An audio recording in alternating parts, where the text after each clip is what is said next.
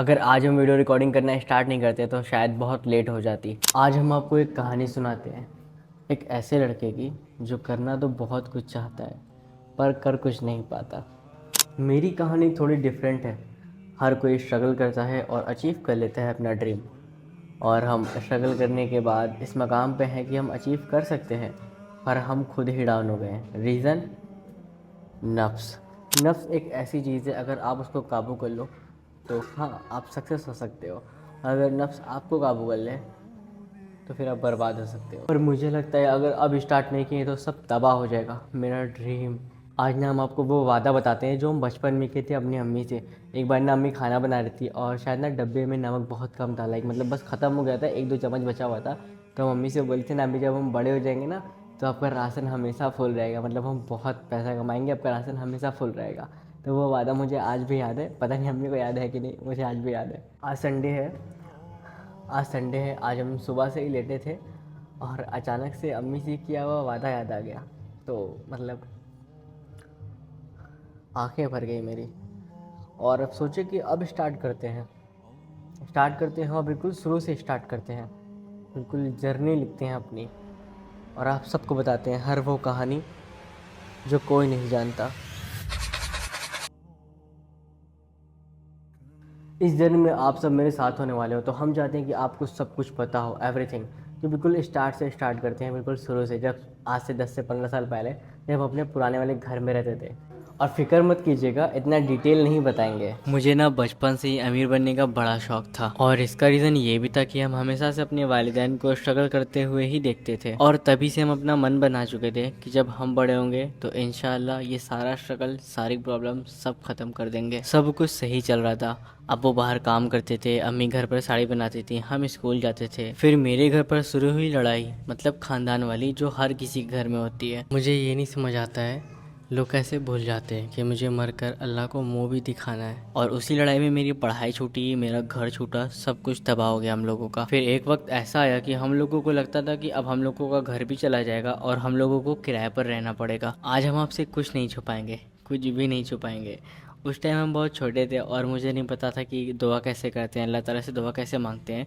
तो मुझे वो वक्त, वो टाइम आज भी याद है। हम सीढ़ी पर बैठे थे और रो रो कर बस ये कह रहे थे कि अल्लाह पाक कुरान का करिश्मा दिखा दीजिए, अल्लाह पाक सब ठीक कर दीजिए, अल्लाह पाक कुरान का करिश्मा दिखा दीजिए। और कुछ वक्त बाद सब ठीक होता चला गया। कैसे हुआ, क्या हुआ, कुछ नहीं पता।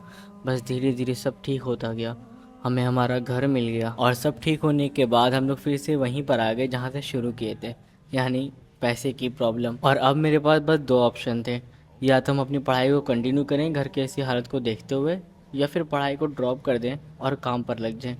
और मैंने दूसरा रास्ता चुना, क्योंकि मैं अपने घर वालों को अब इससे ज़्यादा परेशान नहीं देख सकता था। एक चीज़ तो आपसे बताना भूल ही गए कि मुझे बचपन से अमीर बनने के साथ साथ एक्टिंग करने का भी बड़ा शौक था। और फिर मैंने काम करना शुरू किया और तब मेरे घर की हालत नॉर्मल थी, बस नॉर्मल, कुछ ठीक नहीं हुआ। और तब हमको समझ आ गया था कि अगर सब कुछ ठीक करना है तो कुछ बड़ा करना पड़ेगा, कुछ बहुत बड़ा। और उस टाइम तक टिकटॉक अच्छा खासा चल रहा था, बहुत सारे लोग उससे फेमस हो रहे थे।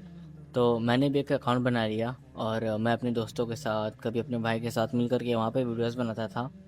पर वहाँ पर भी कुछ नहीं हो पाया। और फिर मौज ऐप पे भी ट्राई किए और वहाँ पे भी नहीं हो पाया। और तब तक इंस्टाग्राम पर भी रील का ऑप्शन आ चुका था, पर हम नहीं क्रिएट कर रहे थे क्योंकि हमको लगता था कि अब हमसे नहीं हो पाएगा। लेकिन फिर कुछ टाइम के बाद मेरे अंदर से आवाज़ आती है कि तुम कर सकते हो, क्योंकि यही एक ऑप्शन है जहाँ से तुम अपनी ज़िंदगी, अपने घर वालों की ज़िंदगी बदल सकते हो। फिर हम इंस्टाग्राम पर वीडियो बनाना शुरू कर दिए, एक्शन वीडियो, लिपसिंग वाला वीडियो, काम करते गए और वीडियो बनाते गए, और साथ में सेविंग भी कर रहे थे क्योंकि हमको आईफोन 11 लेना था ताकि मेरी वीडियो की क्वालिटी और बेटर हो सके। फिर कुछ महीने सेविंग करने के बाद हम अपना पहला आईफोन लेते हैं, जो कि आईफोन 11 था, और वो 25,000 का था। और हाँ, ये 25,000 सिर्फ मेरे नहीं थे, मेरे पूरी घर की सेविंग थी।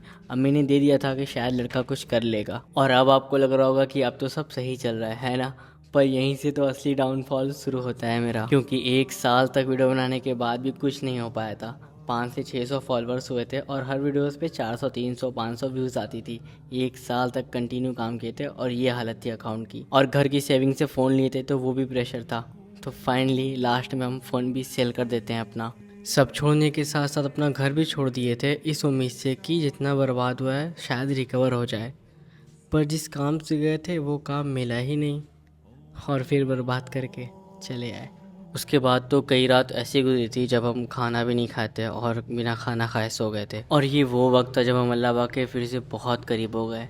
हर वक्त दुआ करना, नमाज़ें पढ़ना। और फिर मुझे एक वक्त पे रियलाइज़ हुआ कि सच में इंसान को जब तकलीफ़ पहुंचती है, जब वो परेशान होता है, तभी वो अल्लाह को याद करता है। फिर धीरे धीरे सब कुछ ठीक होने लगा।